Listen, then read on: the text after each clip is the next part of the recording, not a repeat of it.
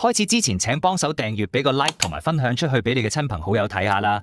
你嘅支持係我哋繼續做影片嘅動力。港人熟悉嘅台北市12月19日下午發生鬧市隨機斬人案，呢次已經係涉及台灣鐵路系統10年內最少第3次同類案件。啱啱呢次犯案者更出盡汽油彈、煙霧彈同都犯案。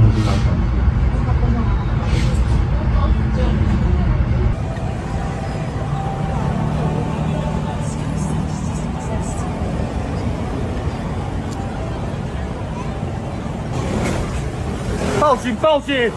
報警！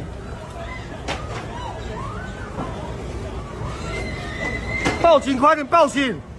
現場片段可見，開始時人群冇發現有人施襲，結果犯案者共造成3死11人傷。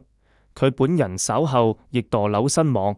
兇手今次揀中人流不絕嘅鐵路站及百貨公司發動攻擊，社會已經好恐慌。但台灣警方隨後收到20多宗模仿犯案警告，更敲響治安警鐘。點解台灣屢次出現青年以孤狼式手法無差別攻擊行人？呢啲事除咗係兇手嘅錯，社會有冇系統性問題呢？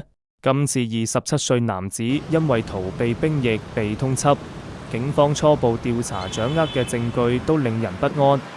而空張文早在1年半前，即2024年4月已經大批購入手套及防毒面具、護盾等。2025年1月初又用假身份網購買入1箱24顆煙霧彈，而且佢發動襲擊前先行調虎離山，喺自己租住嘅房屋外及附近燒車及縱火，轉移警方焦點後，才去人流密集處發動攻擊。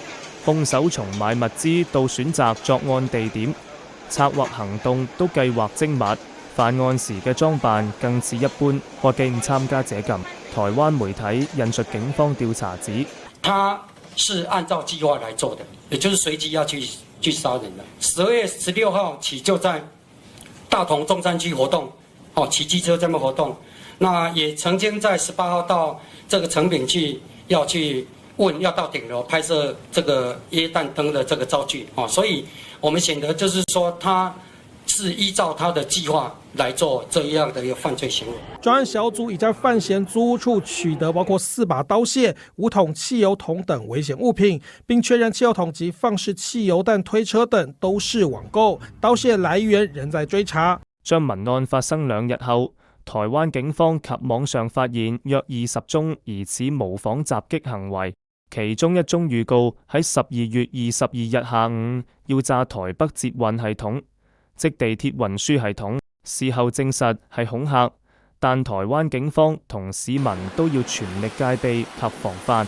但呢啲唔知係惡作劇、惡個真假難分嘅警告，都令社會更惶恐，紛紛研究台灣近10多年出咗乜嘢系統性問題。今次張文案令人諗起2014年嘅鄭捷案，當時21歲嘅鄭捷喺行駛中嘅列車揮刀狂斬乘客，釀成4死24傷慘劇。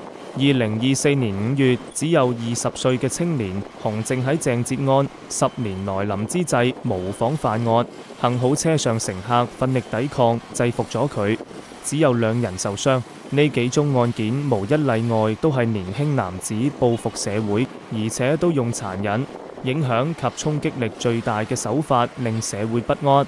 佢哋都成功令到人心惶惶，唔少人減少外出。警方分析呢幾名都手嘅背景，發現佢哋都係自身境況不佳、孤獨或孤僻，工作及經濟狀況不穩定。呢條犯案者嘅相似背景線，加上近期一再有聲稱要發動張文式攻擊事件，顯示台灣社區內存在唔少失意嘅疑似反社會者。接二連三嘅年輕攻擊者，更顯示呢個社群需要特別關注。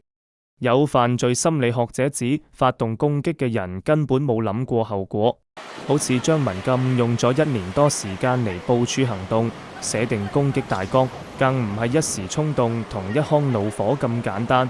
青年本來係一個社會最重要嘅生力軍，結果反成社會不穩定嘅定時炸彈。台灣輿論話要喺政治同經濟之外更多聚焦青年事務。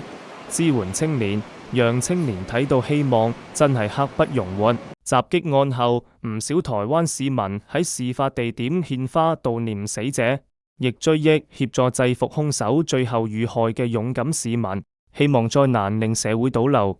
今日講到呢度。